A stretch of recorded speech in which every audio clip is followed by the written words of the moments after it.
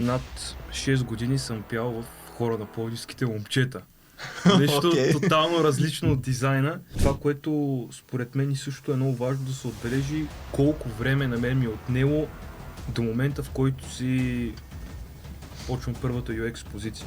Аз исках да го правя това нещо без да знам, че съществува в България и бях такъв, ще намеря начин. Аз не джъджвам човека на база толкова уменията му, а на това ние как ще работим заедно. В момента, в който почнах по-бързо да раста, беше момента, в който сега това е малко dangerous така move, е, че тези хора, които са с много опит, аз съм първият човек, който ще ги questionне, ще ги челенджне в тяхната експертиза.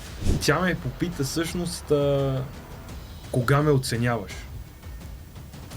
И аз си казах постоянно. Да. Сума ти хора познавам, които са казвали ще го правя това портфолио и са минали примерно 5 години докъде стигна и правя го, защото фокусът ти става върху портфолиото. До голяма степен разговорите, според мен, които се водят в момента, не се водят на това ниво, което всъщност да ни бъде полезно.